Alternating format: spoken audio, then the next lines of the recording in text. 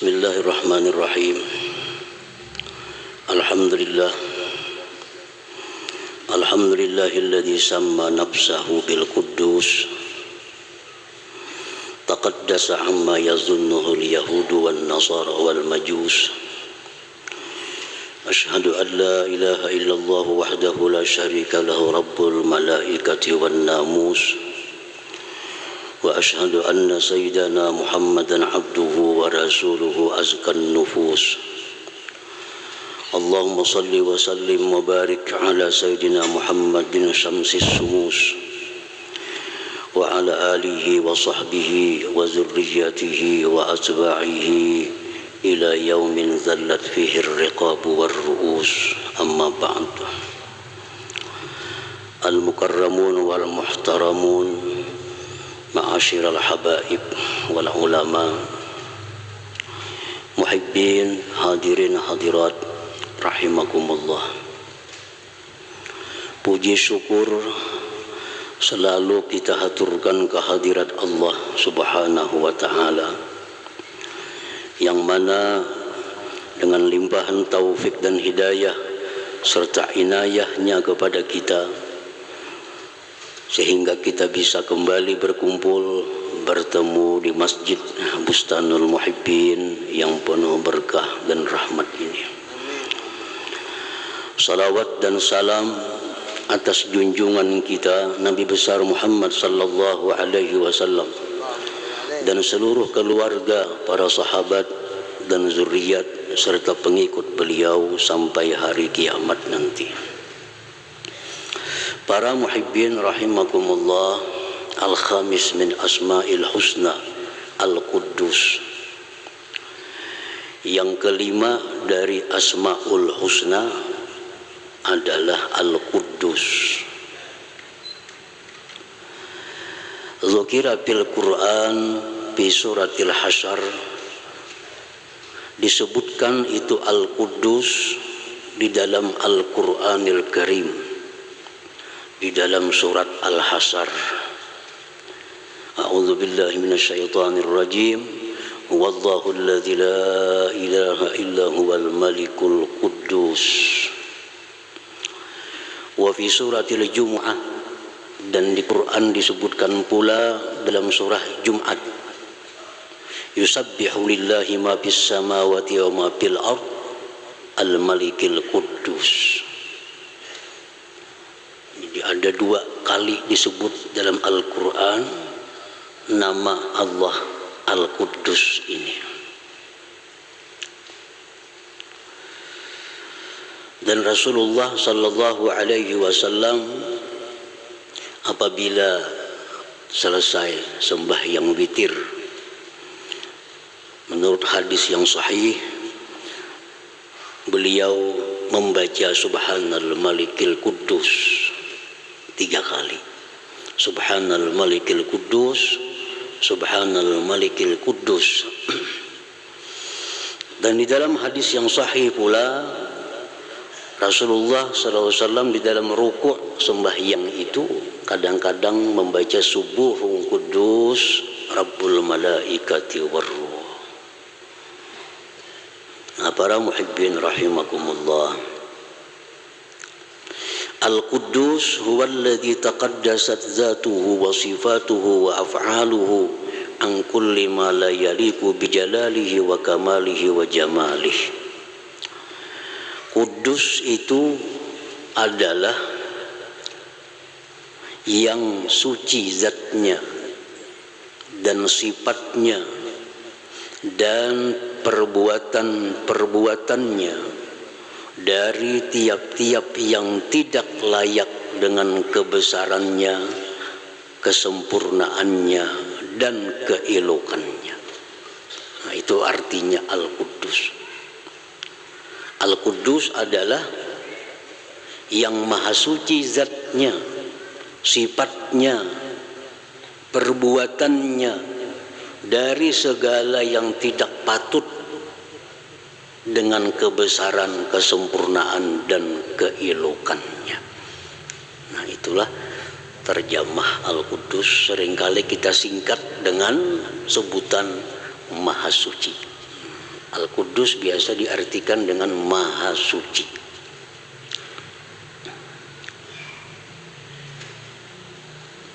Di dalam istilah agama kita ada istilah yang namanya tahlil. Tahlil itu artinya mengucap la ilaha illallah. Ada tasbih, mengucap subhanallah. Nah, ada lagi hauqalah, mengucap la haula wala quwata illa billah. Ada basmalah, mengucap bismillahirrahmanirrahim. Ada pula takbir, mengucap Allahu Akbar. Ada pula takdis. Nah, takdis itu mengucap Subhanallah Al-Quddus. Subhanallah Al-Quddus itu takdis namanya. Jadi misalnya kita ayo bertahlil, artinya ayo mengucap la ilaha illallah, la ilaha illallah. Ayo bertasbih, mengucap subhanallah, subhanallah, subhanallah. Ayo bertakdis, subhanal quddus, subhanallah al quddus, subhanallahil quddus. Itu takdis. Taqaddasat zatuhu anil hajah. Maha suci zat Tuhan kita Allah Subhanahu wa ta'ala daripada hajat. Mustahil artinya Allah itu berhajat. Al-Quddus, Maha suci zatnya daripada berhajat.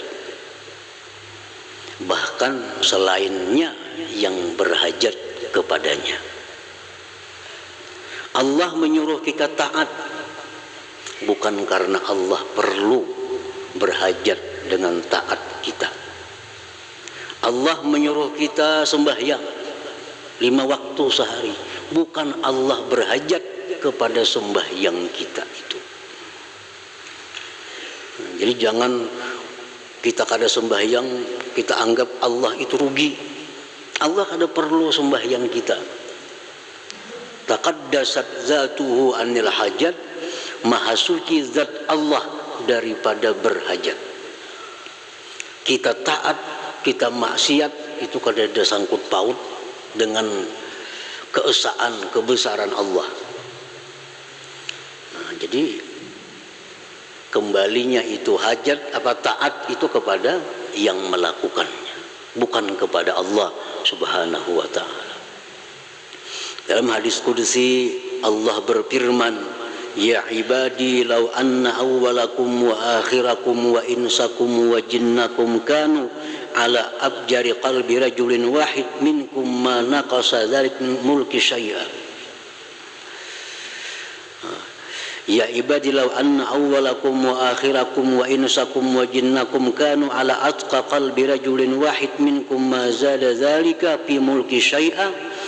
Ya ibadi law anna awwalakum wa akhirakum wa insakum wa jinnakum kanu ala abjari qalbi rajulin wahid minkum ma naqasa dzalik min mulki syai'a. Akhrajahu Muslim wa Tirmidzi. Wahai hamba-hambaku, jar Tuhan, jikalau orang yang pertama dari kalian, Nabi Adam, sampai yang terakhir hari kiamat, baik manusia maupun jin, semua itu manusia seperti Nabi Muhammad SAW. Semuaan manusia mulai Nabi Adam sampai hari kiamat, semua manusia jin seperti Nabi Muhammad SAW. Taatnya, takwanya, mazada dzalika fi mulki syai'a, sedikit pun tidak menambah kebesaran kerajaanku. Artinya andai kata sealamanan manusia ini sampai hari kiamat menyembah Allah, tidak ada nyembah berhala, semuanya menyembah Allah, sedikit pun ujar Tuhan kadang menambah kerajaanku, kadang menambah keagungan kejayaan kerajaanku. Dan hai hamba-hambaku, jikalau orang yang pertama dari kalian sampai yang terakhir, manusia maupun jin, mereka itu atas paling jahat hati seseorang dari kalian. Umpamanya dari Adam sampai hari kiamat macam Fir'aun semuaan manusia, satu pun kada menyembah Allah. Manakasa dzalika min mulki syai'a, tidak mengurangi yang demikian dari kerajaanku sedikit jua pun.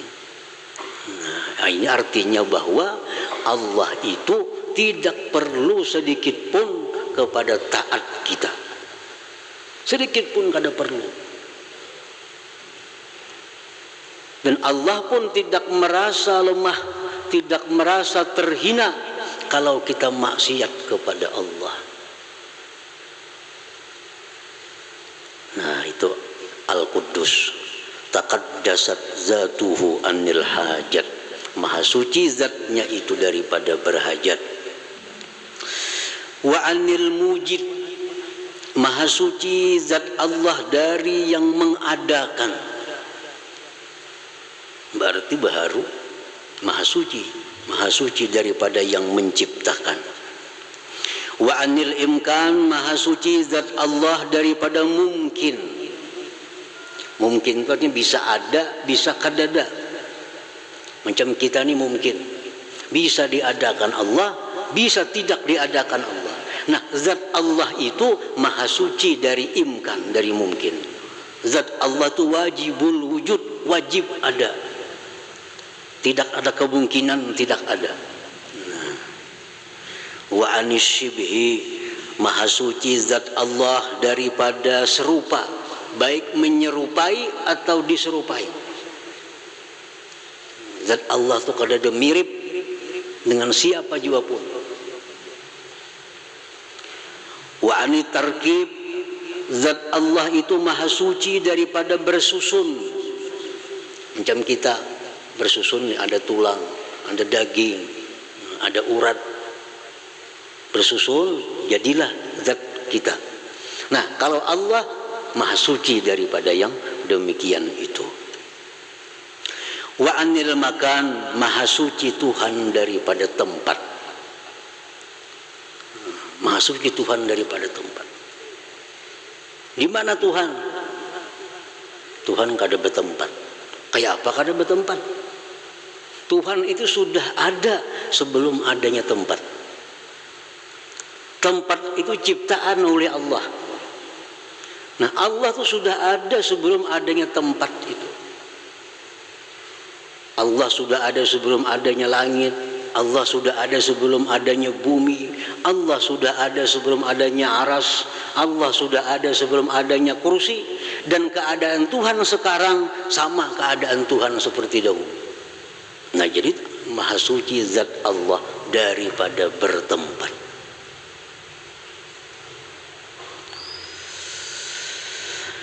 Wa an idrakil hawas, dan maha suci zat Allah daripada diperdapati oleh panca indera. Kalau bang Tuhan itu bisa disentuh, Tuhan bisa dilihat dengan mata, kada bisa.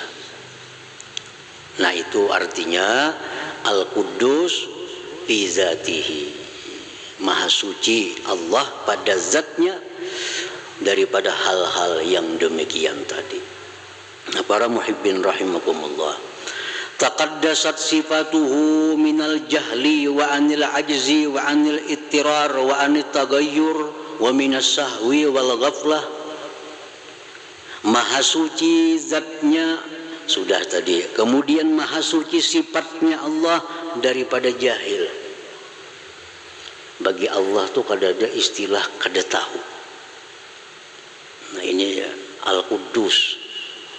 Al-Quddus. Kada ada Tuhan tuh kada tahu, kada ada. Wa anil ajzi, daripada lemah. Lemah. Kada bisa berbuat. Kada mampu berbuat.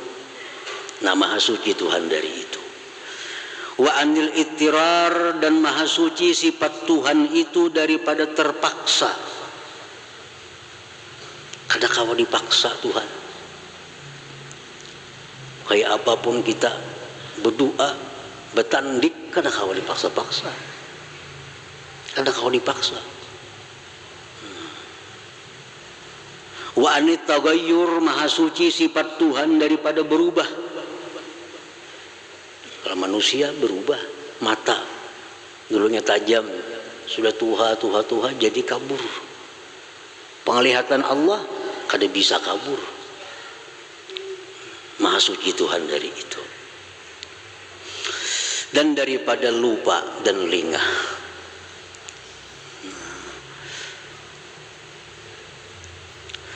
Taqaddasat asma'uhu anil ikhtiraat, maha suci nama-nama Allah daripada ulahan-ulahan bikinan-bikinan.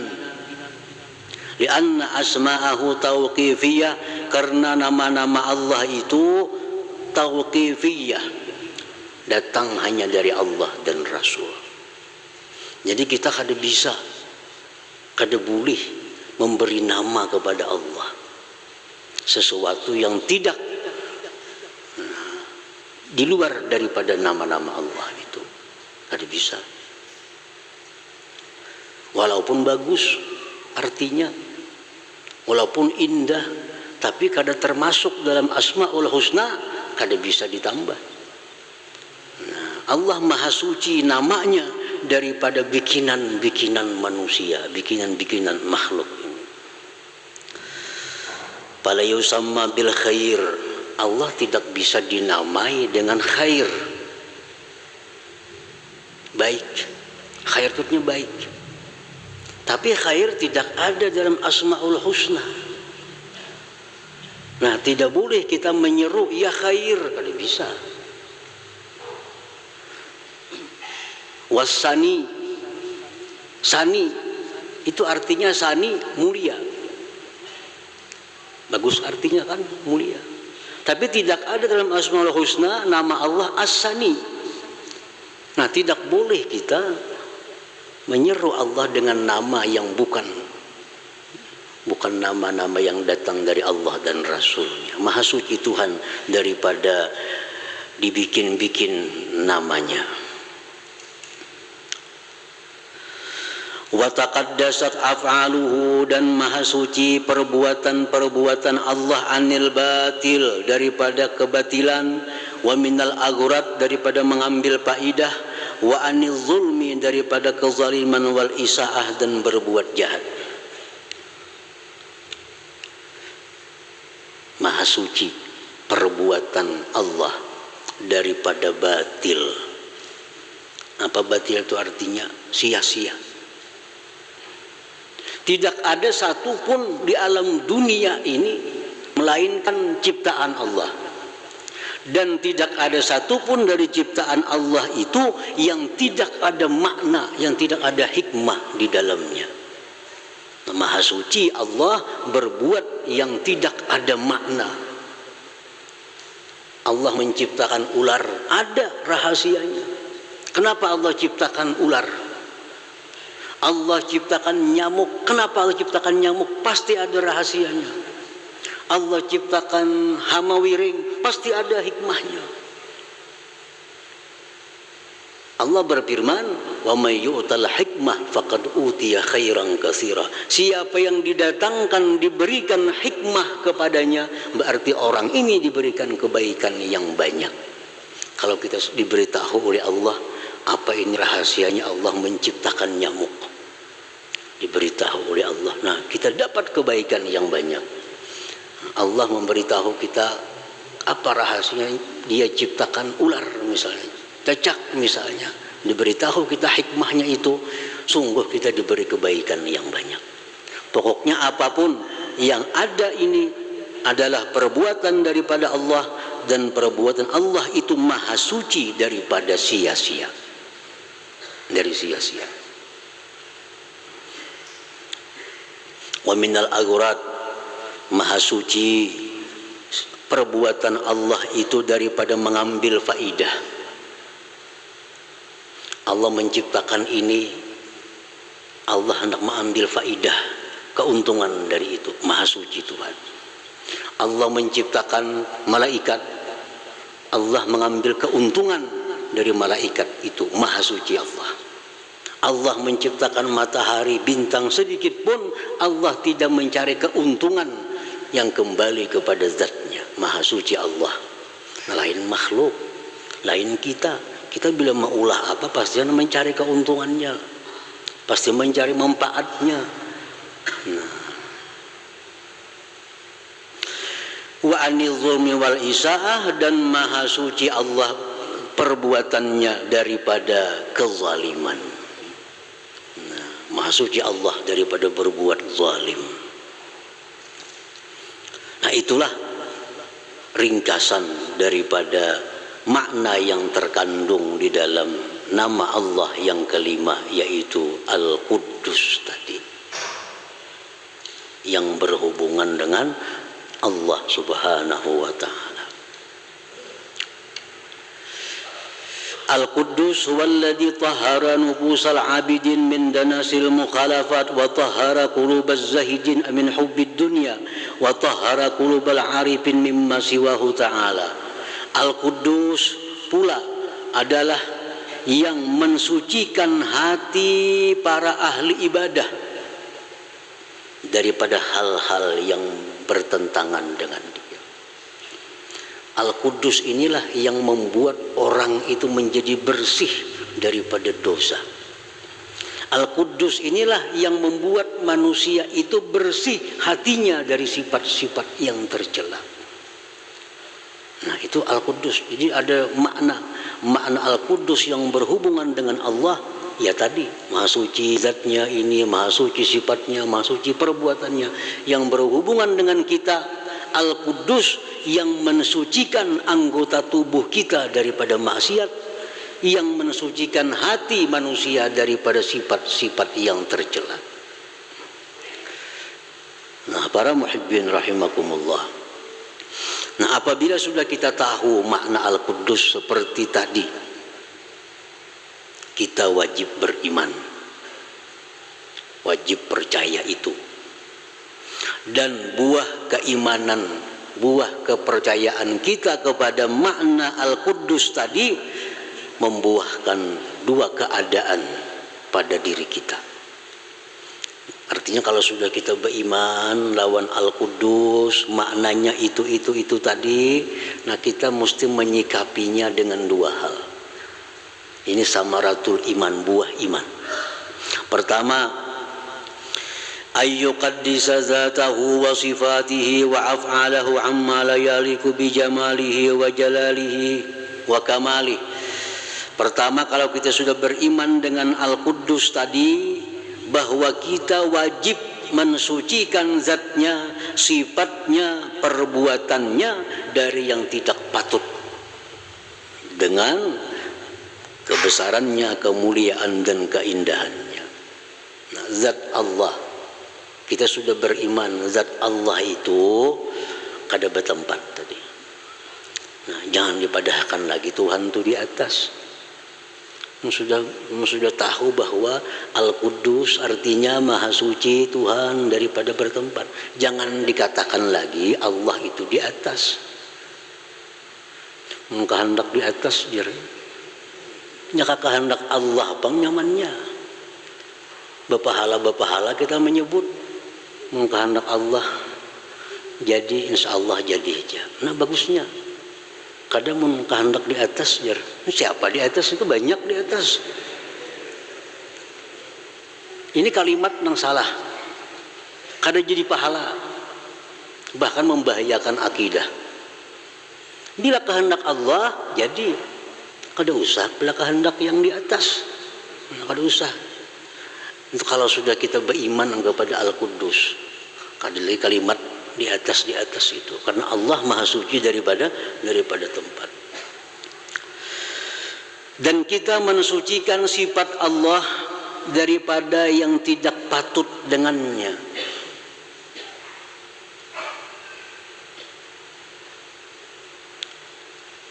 Mensucikan sifat Allah dari yang tidak patut. Misal kita mendesak Allah. Nah, mendesak Allah. Ini orang kada beriman dengan Al-Quddus. Padahal Al-Quddus itu artinya Allah tidak bisa didesak. Maha suci Allah daripada dipaksa.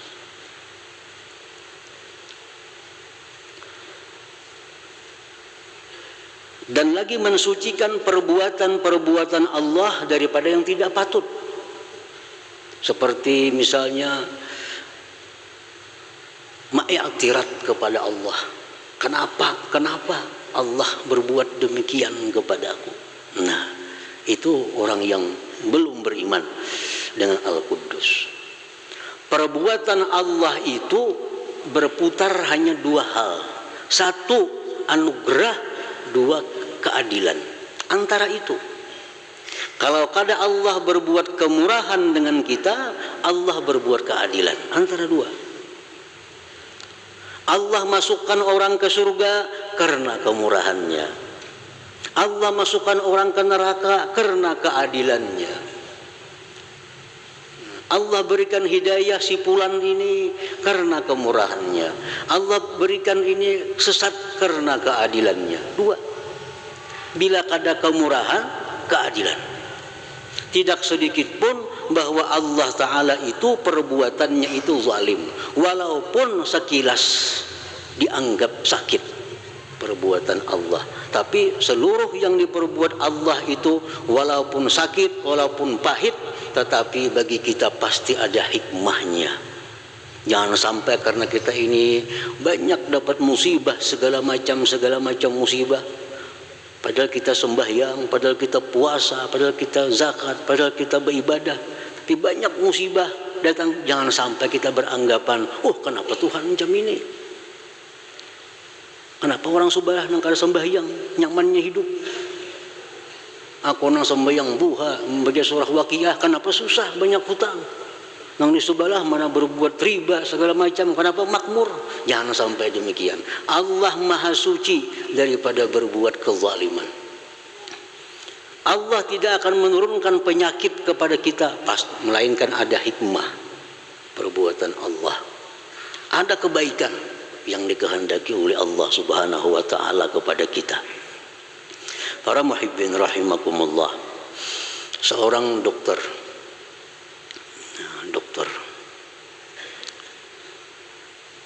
ini memutung kaki seseorang karena kaki orang ini kena penyakit diabetes, gula, lalu kakinya buruk. Dokter tak dipotong. Dokter ini menyakiti, memotong betis orang. Ada orang kena penyakit usus buntu, dokter membedah di balahnya parut, sakit nih. Apakah dokter ini zalim dengan orang ini? Zalim tak dokter tuh? Maulah pasien ini mengatakan atau keluarga pasien, "Uma jahatnya dokter, kenapa batisnya ditatak? Uma jahatnya dokter, kenapa parutnya dibalah?" Nah, tentu kita kadang akan mengatakan itu kepada dokter. Bahkan kita berterima kasih kepada dokter. Bayar lagi. Bayar. Lantas Anda pehumaan berobat, lantas Anda macam-macam. Ya. Padahal disakitinya. Nah, kenapa kita rela? Terima kasih sama dokter, bayar, kaki diputung, karena ingin menyelamatkan yang lebih banyak di tubuh kita. Itu karena ingin menyelamatkan yang lebih banyak di tubuh kita. Kalau dibiarkan ini menjalar, nah bisa kemana-mana penyakit nih. Nah, untuk membuang penyakit itu dokter mengambil kesimpulan amputasi, potong kakinya. Dengan senang hati kita sebelah batis saja lagi. Ikhlas, ridha. Karena menyelamatkan sisa tubuh yang lebih banyak. Nah, itulah rahasia Allah kenapa memberikan kita penyakit. tubuh kita ini dibandingkan dengan roh tidak ada apa-apanya. Tubuh kita, jasad kita dibandingkan dengan roh kita tidak ada apa-apanya jasad. Nah, karena roh kita ini banyak dosa. Roh kita ini banyak dosa, banyak maksiat, banyak segala macam. Nah, untuk menyelamatkan roh kita ini di akhirat daripada api neraka, diberi Tuhan kita penyakit. Yang dengan penyakit ini Allah hapus dosa-dosa roh tadi. Nah, sehingga kita bersih dan berhak untuk masuk surga Allah Subhanahu wa taala. Nah, itu penyakit. Ini hadis yang sahih menyatakan demikian. Tidak ada satu penyakit pun yang diberikan Allah kepada manusia, melainkan ada dosa yang diangkat dari tubuh manusia itu. Mana kita sayangnya roh dengan jasad kita? Mana sayangnya? Sayang roh. Roh kekal. Jasad hancur. Sayang roh. Nah, kalau kita sayang roh, karena berharga roh daripada jasad, mestinya kita sakit itu kada perlu keluh kasah, kada perlu sedih, kada perlu macam-macam. Terimalah penyakit ini dengan lapang dada. Anggaplah ini dokter yang memotong kaki untuk menyelamatkan bagian tubuh yang lainnya. Jadi Allah menurunkan penyakit itu tujuannya adalah membersihkan rohani kita. Dengan penyakit itu roh kita jadi bersih dan kita selamat dari neraka, masuk surganya Allah Subhanahu wa taala. Mana ada manusia yang kada berdosa selain daripada para anbiya. Semua berdosa. Dan salah satu yang menghilangkan dosa adalah musibah, penyakit. Setiap kali penyakit walaupun kasusuban, itu ada dosa yang dihapuskan dari Allah daripada kita. Nah, disinilah para orang-orang arif billah, orang-orang yang makrifat dengan Allah, mereka bila dapat musibah, mereka bergembira. Mereka bergembira. Mereka dapat musibah, bergembira. Dapat penyakit, mereka bergembira. Kenapa? Karena ini adalah pembersihan, agar rohku bisa bersih menghadap Allah Subhanahu wa taala. Nah, jadi perbuatan Allah Ta'ala sedikit pun tidak ada zalim. Segala sesuatu yang diciptakan oleh Allah pasti ada hikmah di dalamnya, pasti ada rahasia di dalamnya. Dan siapa yang tahu rahasia itu, maka dia dapat kebaikan yang sangat banyak. Nah, para muhibbin rahimakumullah. Cuma kadang-kadang ada manusia ini diberi Allah hikmahnya hanya satu, tapi masih ada ratusan hikmah yang tidak diberitahu oleh Allah. Kenapa Allah menciptakan nyamuk? Penelitian para ulama sekian tahun hanya menghasilkan beberapa hikmah di dalamnya. Satu, Allah menciptakan nyamuk. Dengan sebab nyamuk ini ribuan manusia yang bisa hidup dengan nyamuk. Siapa? Pegawai perusahaan pabrik nyamuk. Berapa ribu sedunia nih?